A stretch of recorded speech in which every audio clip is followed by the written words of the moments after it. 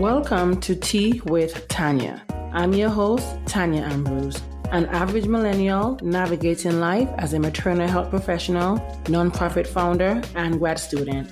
Join me in the tea tasting room where we spill the tea on finding balance and promoting positive living while doing it all. Hey, welcome back to another episode of Tea with Tanya. Thank you for joining me here in the tea tasting room. It's always a pleasure sitting here talking to you guys here in the tea tasting room. I hope you've been doing well. I hope you've done something or you've been trying to prioritize yourself more and more as the days and weeks go by. Talking about that, I should be telling myself the same thing because this has been a crazy, crazy week. Let me tell you.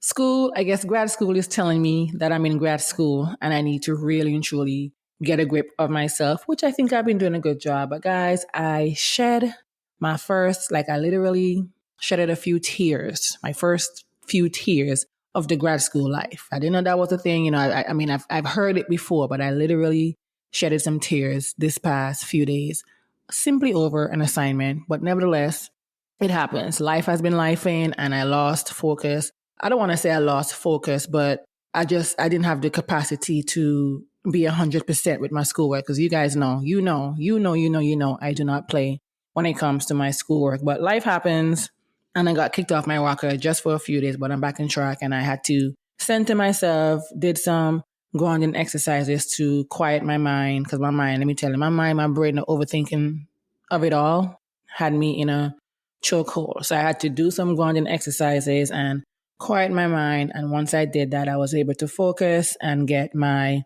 assignment done. I will be honest with you. I submitted the assignment 2 hours later than I needed to be because life happens, and I remember giving myself grace in that way because the Tanya, the overachiever in me, the perfectionist, I don't want to be late for class. I don't want to be late for work. I don't want to be late when it comes to submitting an assignment, but the way life was happening these last few days, that's what happened. So I'm back on track, getting my time management skills together and prioritizing each of my various tasks. So what I've been doing now, I've taken my to-do list and I'm back to using my Post-its because before I was using my planner.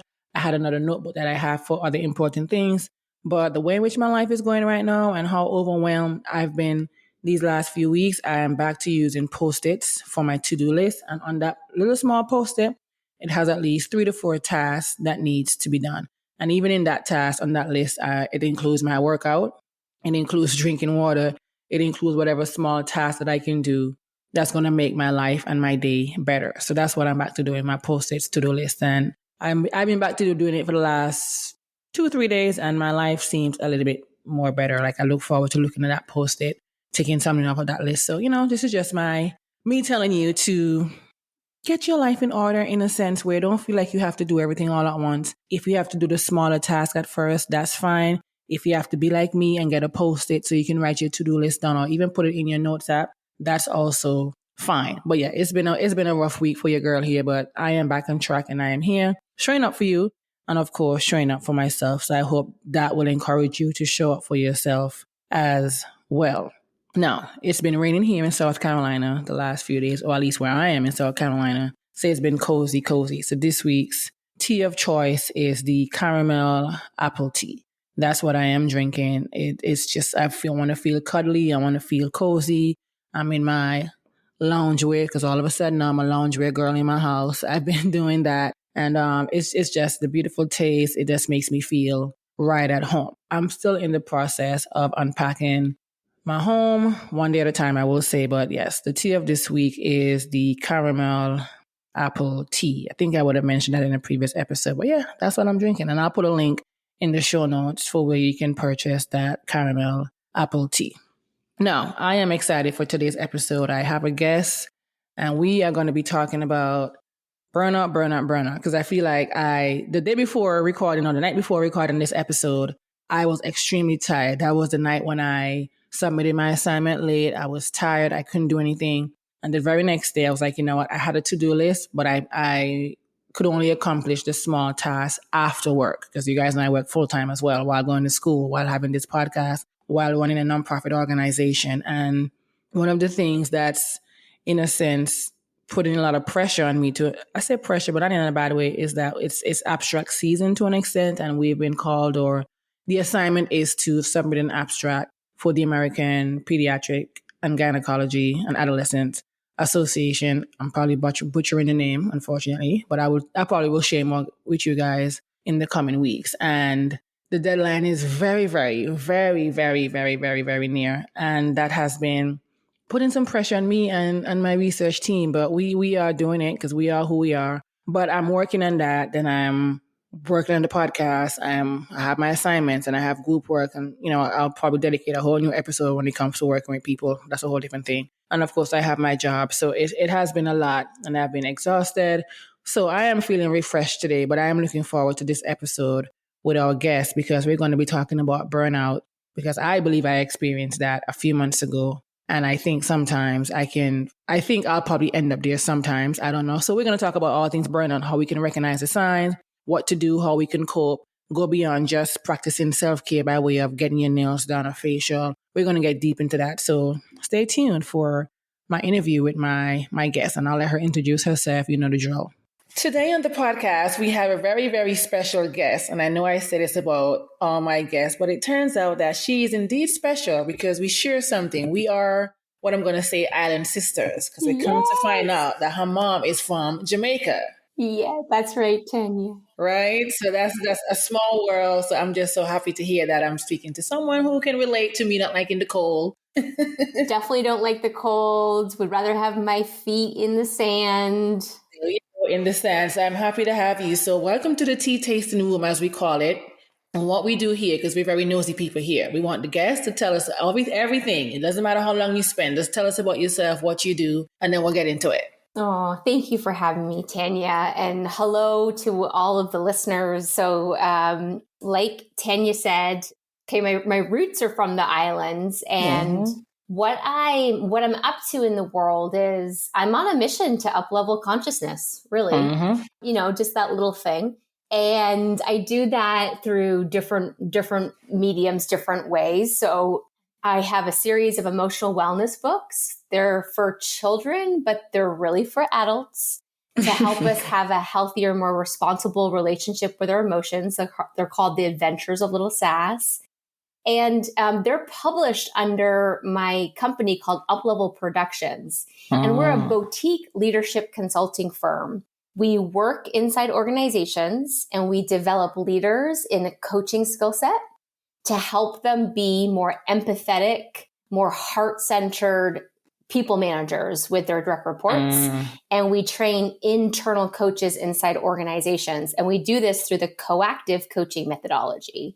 So we have other ways that we express ways to bring more humanity into the workplace and up-level consciousness, but that's enough for now. That's how I spend a lot of my time. I love it. And it's fitting that we're even talking about, the topic of burnout and being in touch with our emotions, because I'm realizing that, in society, a lot of us, we think that we are in touch with our emotions, myself included. I've had to go to therapy for me to be able to understand how to process my emotions. And even then it's still a struggle sometimes, because, we all raised differently. And then as we grow and we evolve into the humans that we are, society also, the societal factors also changes us as individuals. So I'm happy that you're doing that work, and it's important. But before we get into our topic, tell us a little bit more about how we can be in tune with our emotions, and now we can get into burnout and how that leads to burnout. But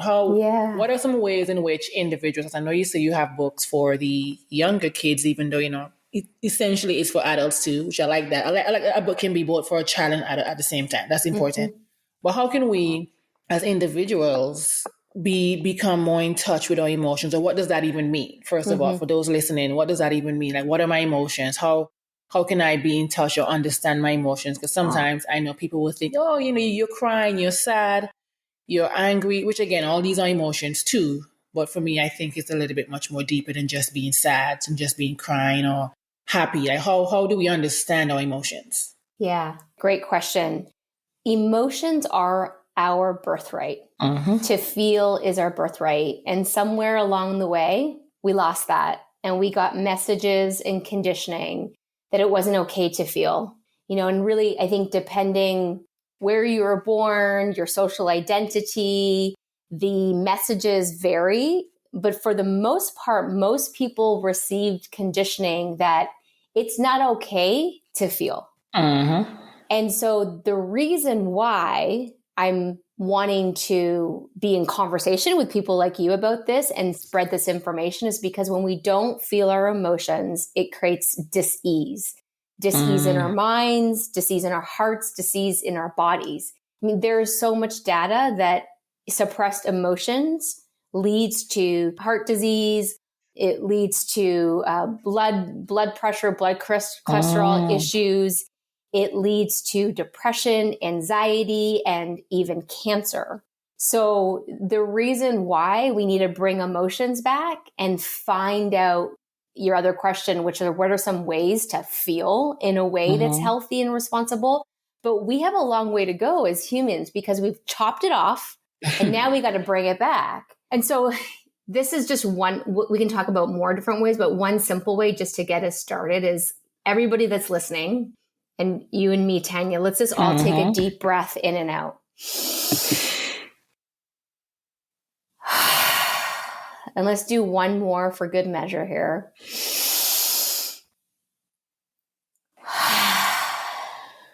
And just notice from a second ago what might be different. And really the science behind this is that we just don't breathe the way we're designed to breathe, because most of us are in our what's called our sympathetic nervous system. It's in that fight or flight because we're moving so fast. We don't create the space to feel. So that taking that deep breath puts us in the parasympathetic nervous system, the part of the brain that says, don't worry, there is not a saber-toothed tiger chasing you. You are safe. You are safe. Take that breath and allow yourself to feel whatever you're feeling in that moment. It's so funny. This is a beautiful moment for me because when you just said to take that deep breath, for me, I've been realizing for a while now that I don't breathe. I mean, obviously I'm alive, I'm breathing, but I'm having to constantly remind myself most days to take a deep breath in, take a deep breath out, because I can feel that I'm so tense, worried about something, all the different things that I'm juggling. So when you said to take a deep breath, that was my cue to actually remind myself also to take a deep breath, because that's something that I'm realizing I don't do. And then it affects me. I'm someone who I would say on the podcast, I talk about it all the time. I struggle with migraines and I'm trying not to be dependent on medication for migraine, and I'm now wondering to myself, is it because, you're not breathing, you're not stopping to take a breath, you're just thinking about the next thing, you go to work and you got to leave work and then you go to school and you leave school and you have a nonprofit that you have to make sure that you're doing things. Like right before our call today, I was working on an abstract. See, so it's just a constant, never ending of just going, thinking about the next thing. Yes. And even sometimes in my quiet moments, I'm putting ear quotes, in my quiet moments, I'm still not breathing. Like I could be relaxing, I could be reading a book, I could be watching TV, whatever it is. But for some reason, I'm still feeling that tension in my body. So you just having us taking those 2 deep breaths, it did a lot. We have to inhale and exhale. We do. Because in your story, I mean, I'm very similar. We're all moving so quickly and we are almost praised, right, in our culture for the amount of work we can produce, the amount of things we can check off that list. And because of that, our body is always thinking we are under attack because it's that adrenaline that's pumping. So yes, I mean, breath is free. It's also our birthright. We don't typically breathe the way we're designed to breathe. So if people get anything from today, Tanya, it's just take a moment and take that deep breath and then notice what's shifted. You might get a new piece of information like, you know what? You don't have to do that extra thing in the list right now. You actually need to go sit down and have a cup of tea, or you need to go outside and look at the garden, or maybe you do have to do that task, but you can do it from a different place now because you've taken that breath.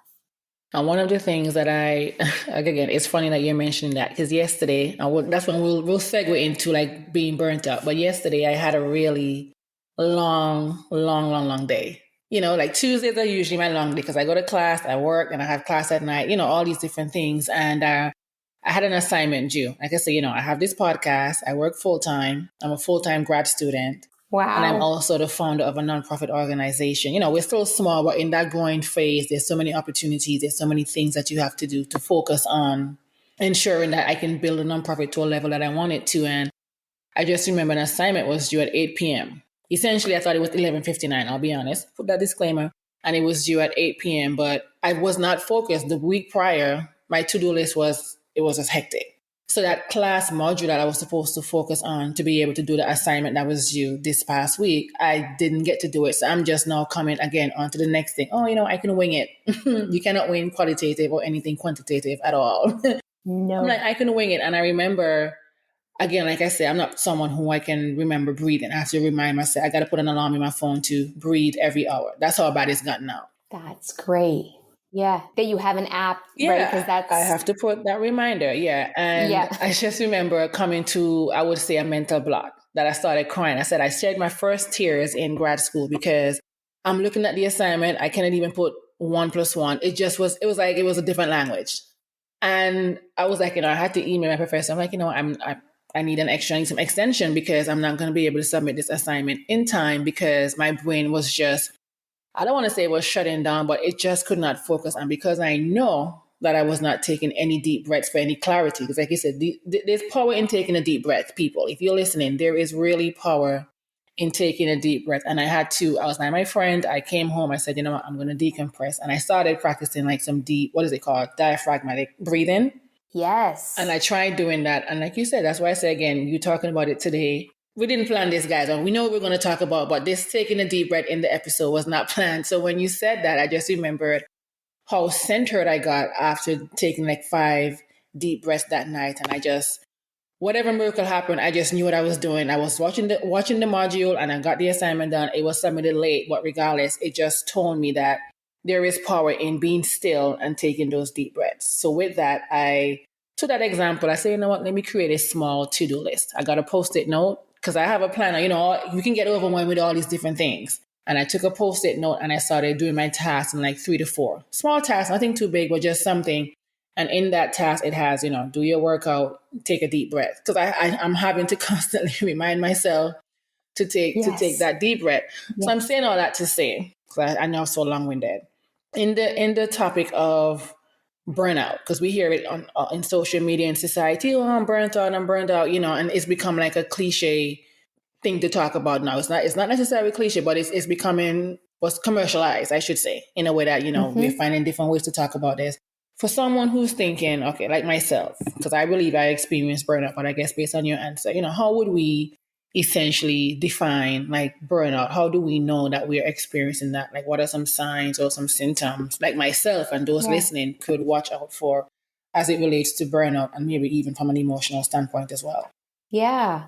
Well, I think that most people after the past few years are in a place of burnout. When we are experiencing day by day different traumas and tragedy and constant change and uncertainty, this leads to a state of emotional, physical, and mental exhaustion, which essentially that's burnout. Burnout is a state of emotional, physical, and mental exhaustion caused by prolonged stress. So most of us have been in many years now of prolonged stress.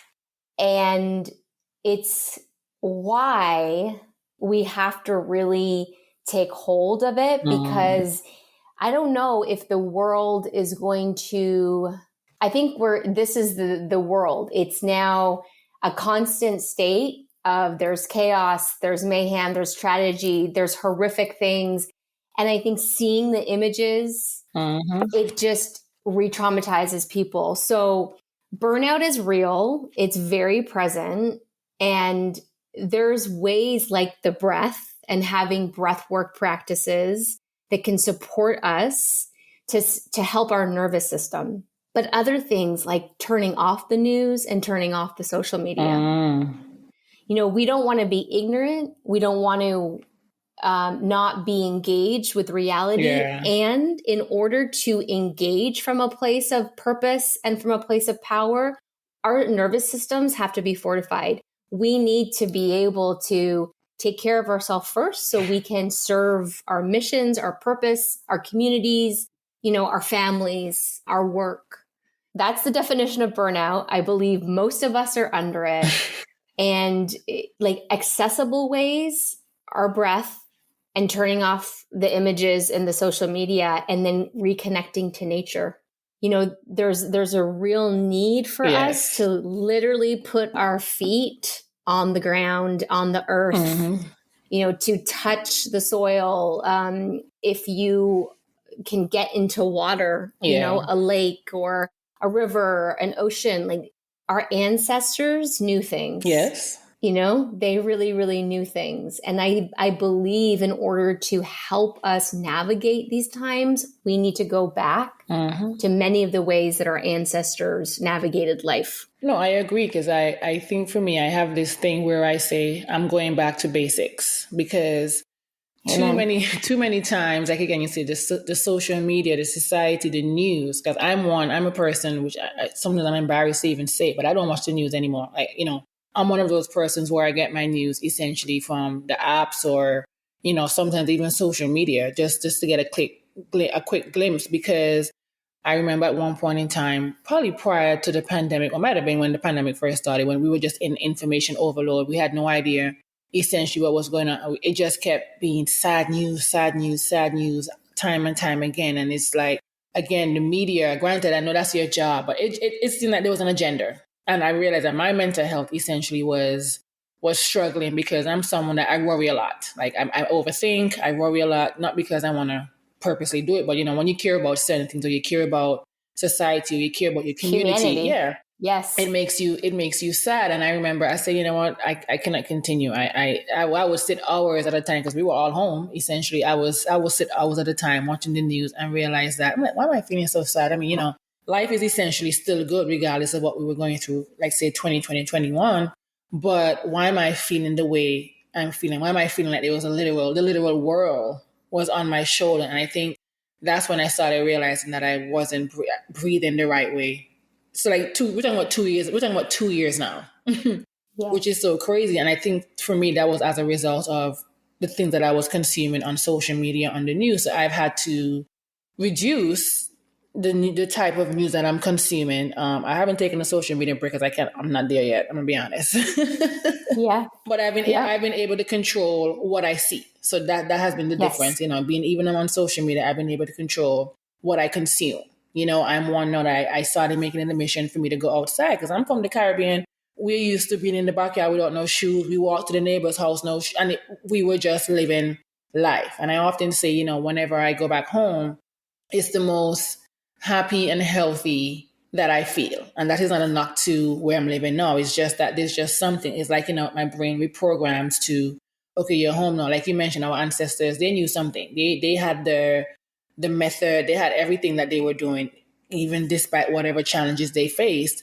And I think if we get back to basics by just taking things slow, like just touch grass, as they say, go outside and just get the sun on your skin. Like you'll be amazed. Yes. You'll be amazed what the sun does for you for a good day. A little bit, even if you can get 5 minutes of vitamin D a day, just sit there and have your feet on the grass. And if you live in a place where it's cold, there's other ways to get connected to the ground, and we do. Our ancestors knew, and there's still parts of the world where they're still living more closer to the land. But this really helps our nervous system. Yeah. It really helps our nervous system feel safe. And that's what's needed when we're experiencing high levels of burnout. And I agree. And I want to talk about, how we can see burnout coming, because I'll share an example of myself, because I'm of the mind that I did experience it. Like you said, it's something, it can be continuous too. It's how we I guess, treat it, or how we go about trying to minimize how stressed, or the stress levels that we face. But like I mentioned earlier, all the different things that I'm a part of that I have to manage or control. And I remember back in May, we had an event for my nonprofit back in Antigua, where I'm from. So imagine living in the US, having to plan an event in Antigua, and just planning an event in general can be stressful, especially when you try to operate from a high frequency or, making sure you're doing things at a top level for people who you're serving. And I remember the planning phase, while beautiful, while stressful, while challenging, in that moment, I will never forget the day of the event. Christy, the day of the event, I don't know, I was working hard because being a founder is not easy. Like, they don't tell you, the things that we see on social media is the end. And I'm sure you can relate. I mean, you're an author. It's not easy having to write a book, publish, do all. It's just not easy. And I remember the day at the event, or like when we were getting ready to wrap up, my body just failed. I sat down, I could not move. Like, I had my little baby cousin, she was feeding me some soup. That's just how bad it was that I could, I already had a migraine. That was one. The heat, even though I love the heat, but it wasn't working with me that day. And I was like, okay, this doesn't seem, it didn't feel good to be, like, I understand being tired. Sometimes we all are tired. We have things happen. But that feeling that I experienced, it was like my body just shut down. And I forgot what my friend, who's a doctor, she's a director of health education, and she gave it a medical term that I was experiencing. And I said, you know what, I can't do this. And then I remember telling myself, okay, I'm going to take, 2 weeks off from working anything nonprofit. And to be honest, it took me 3 months, like from, let's say, May to literally September past was when I started back doing work full time for my nonprofit, because every time I said I'm going to do something, I just could not physically bring myself to do any sort of work. And I remember feeling sad about that because, I'm an overachiever. Sorry to say I am. I can be a perfectionist. Like, I call my nonprofit my baby because I don't have any children yet, but that's like my baby, the goal, the mission, and everything that I have for that. I pour my all into it. But every time I would try to do something, no matter how small it is, even to take a meeting with someone to talk about the nonprofit, was a struggle for me. So I wonder if that's, essentially was a sign of me being burnt out. My emotions weren't regulated enough for me to push through and work on that. So, like, how can we tell that we are on the verge of a burnout versus just being, tired, I need a nap, versus just not even having the motivation to do what you usually do on a given day? Yeah. Thank you for sharing that. I mean, clearly your body was telling you no, right? And that's the thing. A lot of us will override the message, the feedback from our body, from our emotions. And that's what you did is key. It's to listen to it. It's like, no, I actually physically cannot do this. I mean, we have so much wisdom in our body. And again, in the West, we've been really cut off from our bodies. We spend so much time inside our head, inside our brain. But if we can all get more in tune with our bodies, and a way, again, to do that is through breath, or just moving slow, like whether it's just really slow stretches. And so you're getting deeper into the fascia and the tissues. But I think that's one key way is to know. I know for me, I'm leading towards burnout when my attention span, it shrinks, and my capacity to hold multiple things, multiple people, multiple scenarios, it diminishes. Or I'm getting irritable, maybe I'm just frustrated. I'm snapping at people, which I normally maybe wouldn't do. So these are all indicators to me. Something too, I think for females, but I think actually this goes true for any gender. We have cycles, we have cycles throughout the month. And I know for me, before I menstruate, that week before, which is called the luteal phase, my capacity diminishes. Yes. So one of the things I've learned to do to manage burnout and manage stress and just manage life is that week, I don't have the capacity to do the quadrillion things on my to-do list. I have to have a lighter week. I also have to tell my partner I need more space because I don't really want to be touched. Yes. I want to be more insular, which is a very normal thing because what's happening in the brain, the progesterone and the estrogen is leaving the body and it's going inward.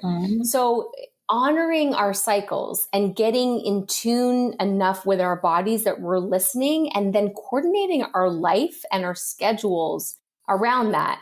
That might sound like, wow, that's like very luxurious. And maybe it is, or maybe actually it's the way, again, our ancestors used to live. there was a lot more in tune with the rhythm of their bodies, but also the rhythm of the moon. Yes. The rhythm of the moon and the cycles of the moon. So this is all just ancient stuff that's just coming back because we need it desperately, Tanya. No, we do no more than ever. And it's funny you mentioned that as well, because, it's called now in society that cycle syncing. Everyone, oh, I'm cycle syncing, but sometimes not everyone understands what that is. And, essentially, like you say, it's as a female, as a woman, we're going through different cycles. Like we probably have one good week out of an entire month, if that much sometimes. And, it's important that we nourish our bodies with the types of food, during during the different cycles.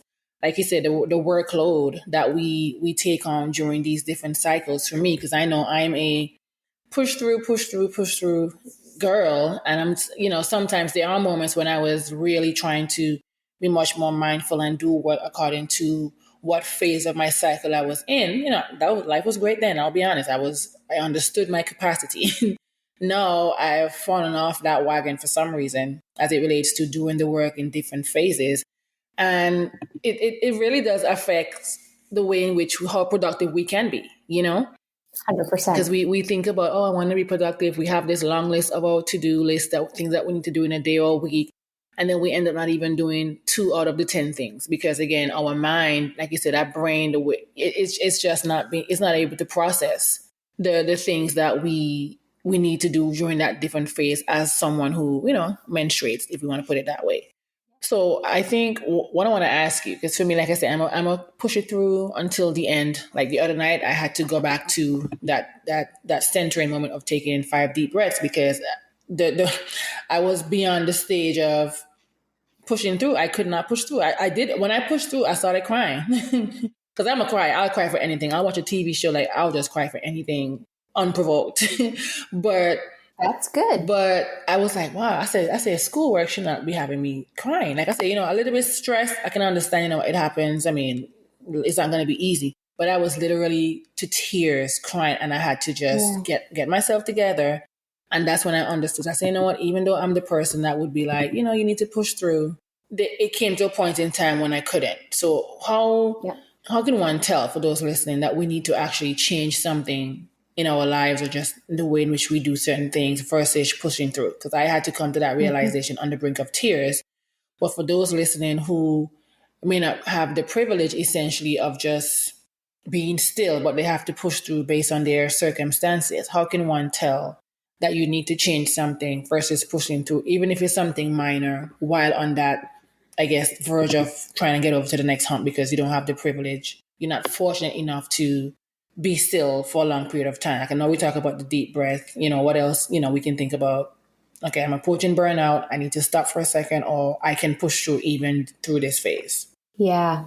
Well, actually, what I'll do is reframe what you shared about crying, because actually the way I define emotion is that it's energy in motion.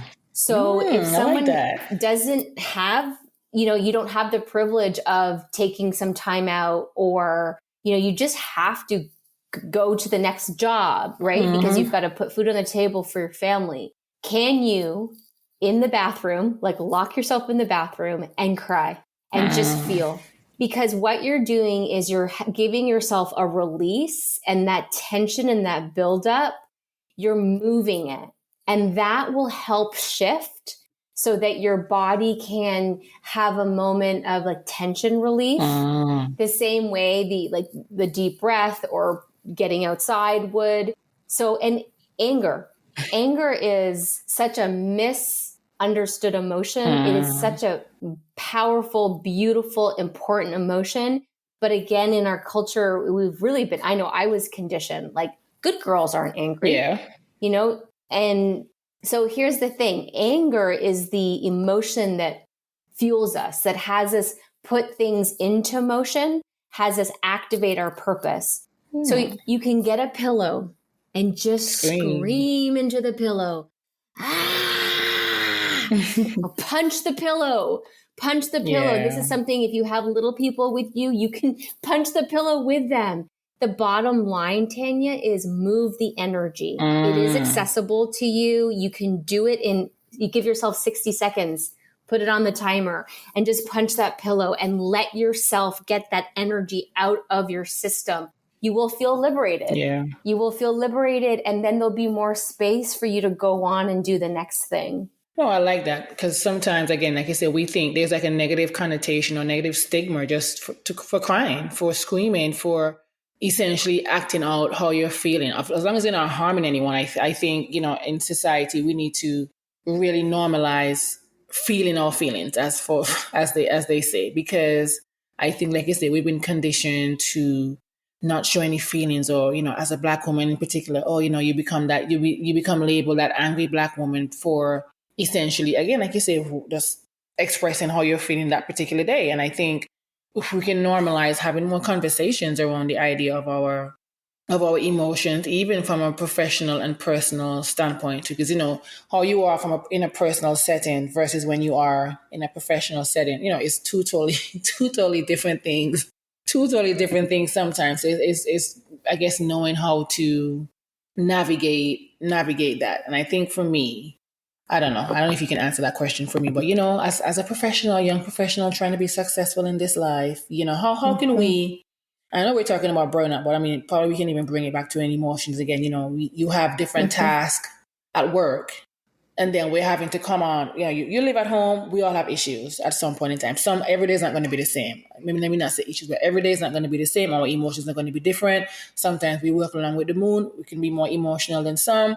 Again, as we're talking about us, we have cycles, during that ovulation, that period phase, menstrual phase, you're more emotional than you can imagine. And I didn't notice that until recently when I was like, okay, I thought I was just, I'm someone still that I can have my emotions in check. I'm just that strong girl because, as a big sister, you have to be that for your little sisters regardless. But I started noticing that obviously my productivity level during certain phases of my cycle is not the best. And again, being an overachiever and a perfectionist and just even an overthinker and wanting to ensure that you are, one, doing your job to the best of your ability and also pleasing your managers or the people who are relying on you to get certain things done. I think, one, that can lead to, I would say, burnout from your job, because there are moments where I need like a month off, but I can't get a month off because I don't have enough PTO for me to take a month off.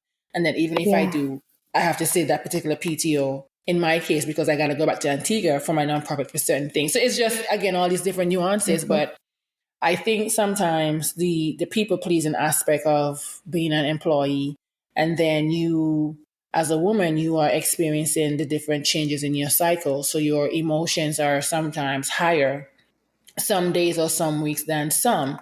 So how do we, I guess, navigate that from a professional standpoint or in the workplace? Again, one, to avoid the burnout as far as like, I hate my job, I'm going to quit. Because sometimes we all go through that. Oh, I can't stand it. It's not that we necessarily dislike our job. It's just that we are essentially approaching, I guess we'll just say burnout, because you are overachieving or you're operating at a frequency that you're not capable of operating at in that time. So how can we express to our employees, what, this time of them, I don't know how can we avoid being tired of our job, but also expressing that this is what I'm feeling this day or this week without feeling shame. Because it's a shame as a woman or as an employee saying, I'm tired. I need a mental health day as we're trying to strive for in society.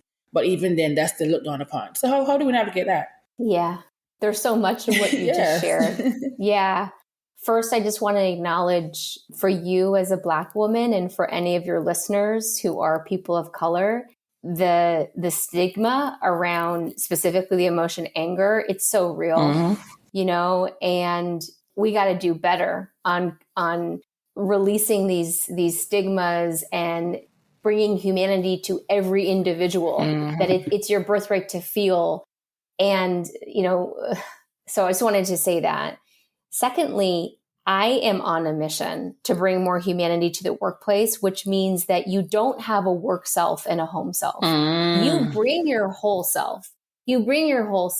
But it's not safe for everybody to do that in their workplace. Like, not everyone would even consider being vulnerable and open and expressing emotion in the workplace because they've had negative consequences for that. So there's a lot of work to be done within the systems inside organizations so that people can bring their whole self. And when I say whole self, I don't mean it's all like it becomes a therapy session. Yeah.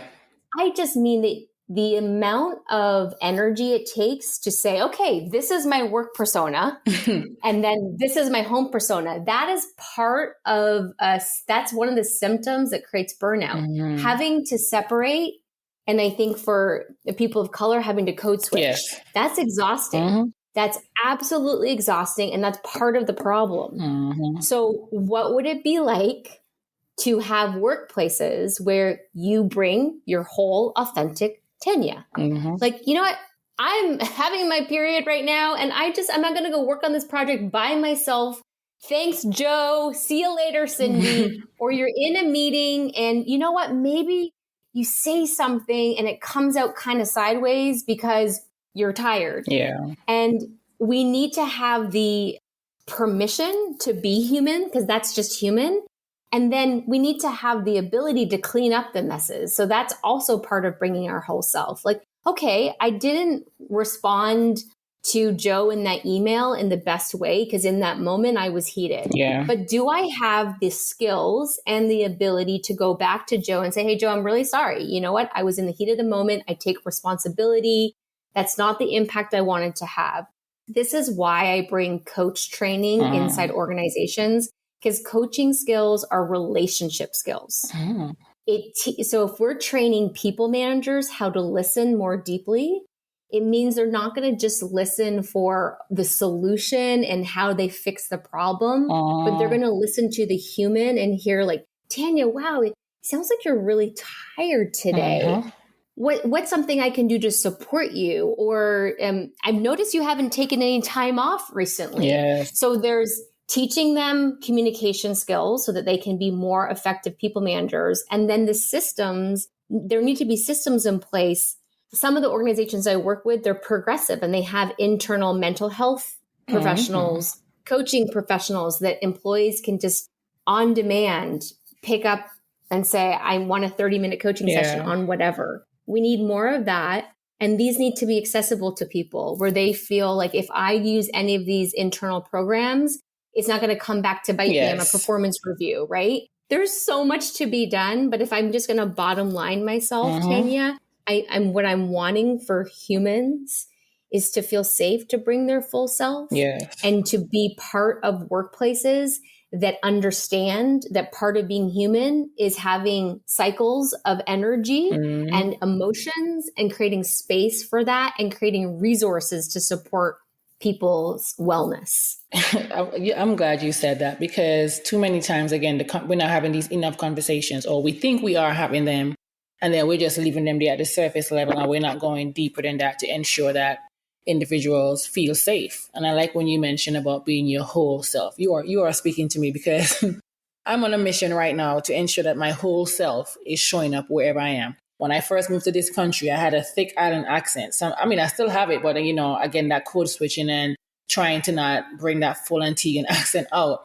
And I told myself about a year or two ago, I said, you know what, I am who I am. Like, I cannot change that. I cannot fix that. I'm an immigrant. Yes, I have an accent. I'm from the island. It's a beautiful accent. You're going to hear it because I am speaking English. You can understand what I'm saying. I know I do speak fast. I'm trying to work on the pace. But to be quite honest, for a while that had me scared to be who I am, because I didn't want to be, discriminated against or whatever it was. So I remember changing and having that. And it's a lot of work. It's a lot of energy. I'm already balancing a lot. I don't have time to not be me.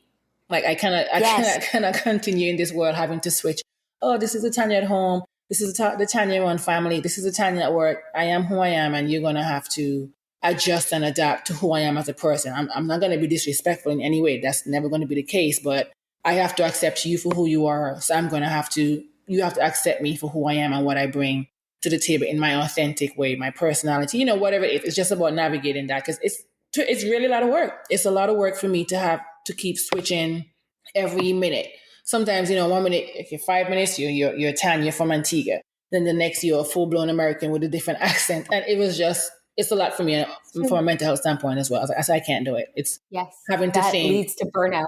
I say I'm already thinking a lot about many different things. So for me to have to, oh, you know what, you need to code switch right now. It's just, I told myself, I made it a mission, and I've been doing well, I will say, because I say I'm who I am. You either accept me or not, because for me, that was leading to burnout as well from a professional standpoint, because I kept 100%. having to pretend, for lack of a better word, who I was. And then you're not getting the real me. So then when the real me makes an appearance, you think it's the new me, you know? Right. Yeah. So yay for bringing your full, like your whole self. And that's what we need to inspire more people to do. And, well, yeah, so as we get ready to wrap up, because I want to talk about a little bit about what you're doing when it comes to burnout and treating and self-care. Because I know, again, in our society, self-care is getting your nails done, getting your hair, which is all fine. And, you know, we all do that. Don't get me wrong. But something that I've been trying to do on the podcast as well is getting people to just dig deeper, dig a little bit deeper when it comes to your self-care. I was on a call a few weeks ago with one of my members from my nonprofit on our research team. And I was like, what do you do for self-care today? And she said, I went to the doctor, I went to the dentist. And so it's like, you know, a lot of people think that going to get your hair done, getting a wax done is just all it takes when it comes to self-care. But she's like, you know, going to the doctor, going to the dentist, that's also a form of self-care. And I say, I'm glad you said that, because for me as well, as much as I dislike the doctors, because, you know, I get that paranoia. You know, we all have that little scare. Well, we got to go to our doctors. But that's also a part of self-care, of course, making sure that self is taken care of. But as we're navigating life, dealing with the societal pressures that we are seeing, again, like we mentioned earlier, the news, you know, we have to minimize how often or what we're consuming, essentially from the media, from across all platforms and across all boards. But how can we essentially treat burnout at its core versus just a regular self-care? Oh, you know, I'm going to go home and take a mental health day. What are we doing with our mental health day? Are we laying in the bed? Like, what are we doing? We mentioned going outside, getting some vitamin D, touching the grass, touching the soil, of course. But how can we treat, if we can, burnout and go deeper a little bit when it comes to our self-care versus just doing the surface level thing that society essentially is telling us to do, when it should be deeper than which that. are just Band-Aids, right? Yeah. That's right. And I hear you saying, like, those are just Band-Aids. They're like nice to do's, but they don't. Well, our systems are so out of whack, right? We know this. Our systems do not create. There's not really opportunities for people to truly regenerate and rejuvenate because of the way our system is set up.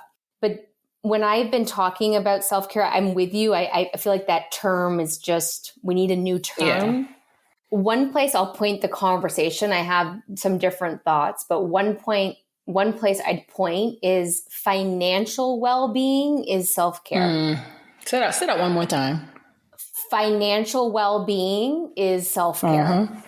And I think specifically for females and women in our culture, taking the time to truly understand our finances, like where we're at, and like get in there. You know, like I have a lot of, let's call it trauma from like math in school. I had teachers tell me I didn't have the math brain. Like I would never get it. So it's always been an area that I've had a lot of anxiety around. But I chose a couple of years ago to truly look at my financial well-being and give it a diagnosis and a diagnostic the same way I would if the doctor looked at my body. I like that. And then get clear on some financial goals that would help me get closer to my ideal scene, the life that I'm wanting for myself. And I want everybody to see their financial well-being as self-care and to take time to really focus on that. And maybe it's so overwhelming for some people because there's so much debt. Yeah. And we are living through a time where there's a lot of debt. So is there a resource? Perhaps it's a family member or a friend, you know, someone at work that you know seems to have a pretty healthy relationship with finances that you could sit down with and get some guidance. I think it's a really important piece, Tanya, that gets stepped over. But no, you're speaking to me with our financial well-being, because we all have goals, and like you said, that I wasn't the best at math either. And then you have that money trauma as you get older. You know what it's like to have, to not have, and then to rebuild again. in that regard. So I'm really happy you mentioned that, because I'm also on a journey, on a mission to become much more financially secure and stable, to, nurture that financial, like you say, well-being, for lack of a better word, because again, it contributes to a lot of stress as well. And I think for those listening, it doesn't matter if you have what amount of money you have, what your socioeconomic status is. Like I said, we know, everyone has incurred some sort of debt at some point in their life. But like you said, we don't have to go and pay a financial advisor. That's more, if you have someone in your family who, as like you mentioned, is good with money, you just reach out to them for help. Like one of my friends told me, if you have someone in your family that you need to give some of your money to save, because I have a spending habit. Yes. I'm just going to be out there. Yes. I have a very bad spending habit. I've come a long way, but still, if I can trust someone, whether it's a family member, friend, whoever it is, to, when I get my paycheck, I want you to keep half for me until whatever the goal is. Because again, we have to get smart with our money. It contributes to our overall well-being as well. It does. And on the topic of burnout, I think for a lot of people, specifically during these times, what's underneath it is stress around finances.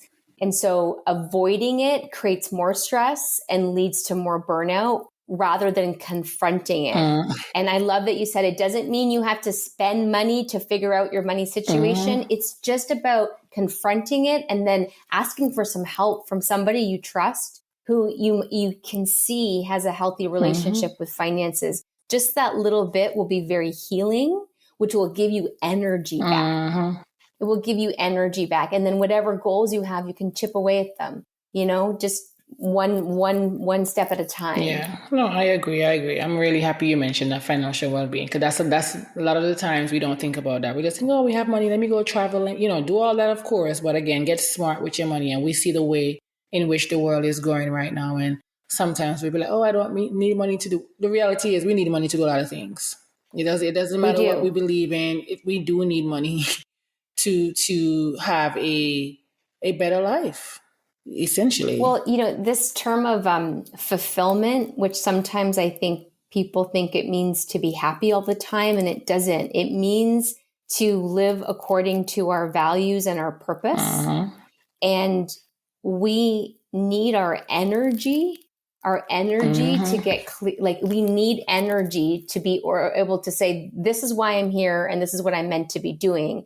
And how do I create a foundation of financial well-being, physical well-being, mental well-being, and emotional well-being, spiritual well-being, so that I can be aligned to my purpose and values. And so it's chipping away like one area at a time.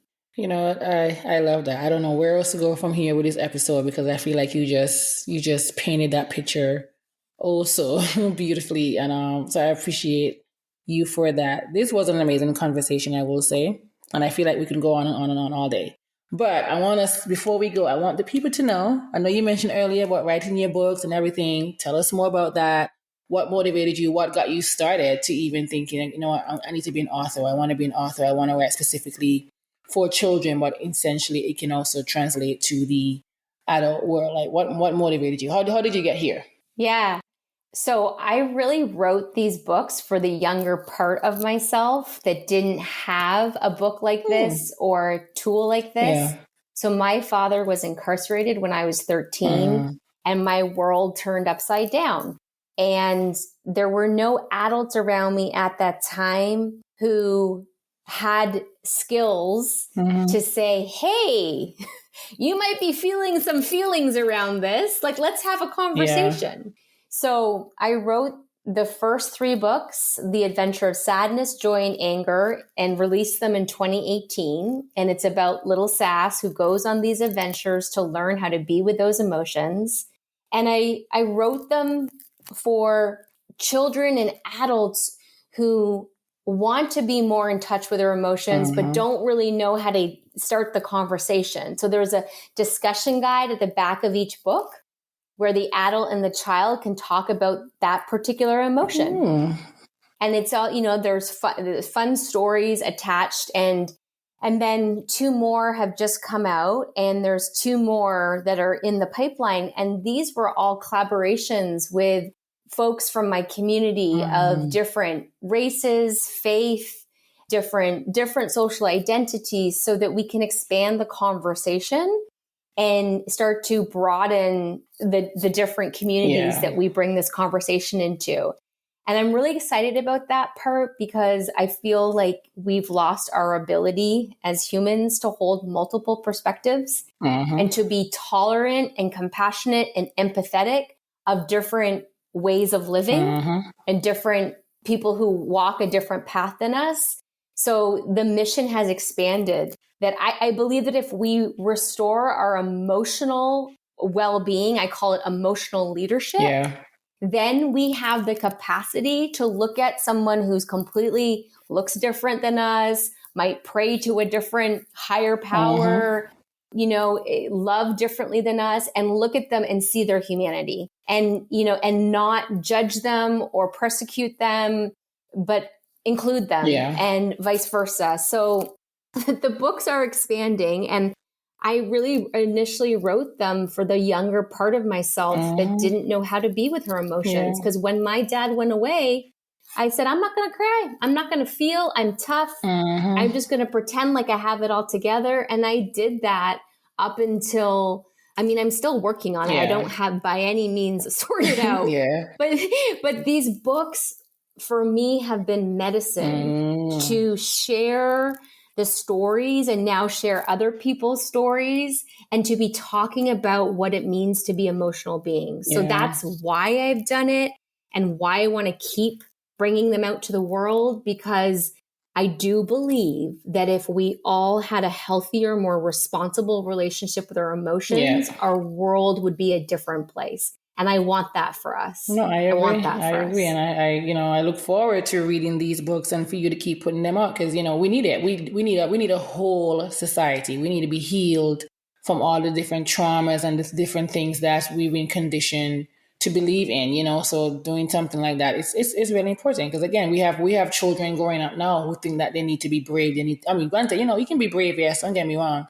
But they how do you know you need to be strong? You can't express this emotion so early on. You need to, we want you to be a child, go through the feelings, go through the emotion, because as you become an adult now, you'll be even much more emotionally in tune with who you are as a person. So it starts from a very young age. And sometimes, again, the way in which the world is going, we're missing that. We're just missing that key point when in raising our children or our society, the next generation, as we'll put it that way. So I am proud of you, and I'm happy, and I'll be sure to put a link to the books in the show notes. But tell the people where they can find you on social media, your website, and all these different things, so they can look you up. Because she is amazing. She's looking beautiful on my screen while I'm here looking a hot mess. But that's okay. You're amazing. Thank you for taking the time to have this conversation with me. And so people can find the books at www.littlesass.com, LILSASS. They're on Amazon, so you can put that in Amazon as well. That's where you can find them. And I house all of my work under Uplevel Productions, uplevelproductions.com, but also just Googling Christy Mann and, the sites will come up. But I'm just grateful that you invited me to speak to you, and for your listeners. I really hope there was some drop of something in there that's helpful. Yeah, my focus is around the emotional wellness piece, but the financial piece, it's not like that's my platform, if you will. But when you asked about self-care, I just feel like it's all tied in to emotional well-being, is looking at that piece. So I hope, that was helpful for folks too. Yes, that's amazing. And I'm happy. I like when I record an episode and I feel empowered and inspired to go be great. So I know that those listening will definitely feel the same way. And we will be in touch, because now I got to keep you in my little toolkit, because you are just, I hope so. You are just amazing. We will definitely be in touch. All right. Thank you, Tanya. Thank you. I'll just say Cape On, which is the Little Sass and all her friends. It's their tagline. They put a cape on to feel their emotions. Wow. So it means, so I'm saying that to you and everybody, cape on. It means feel those feelings, move that energy. Sounds good. Well, thank you. Thank you for joining me for another episode of Tea with Tanya. If you like this episode, be sure to share it with a friend. Don't forget to follow on Instagram at Tea with Tanya Podcast. Be sure to subscribe to the weekly Tea Talk newsletter. And of course, rate on Apple or Spotify and subscribe wherever you listen. See you next time. I love you for listening.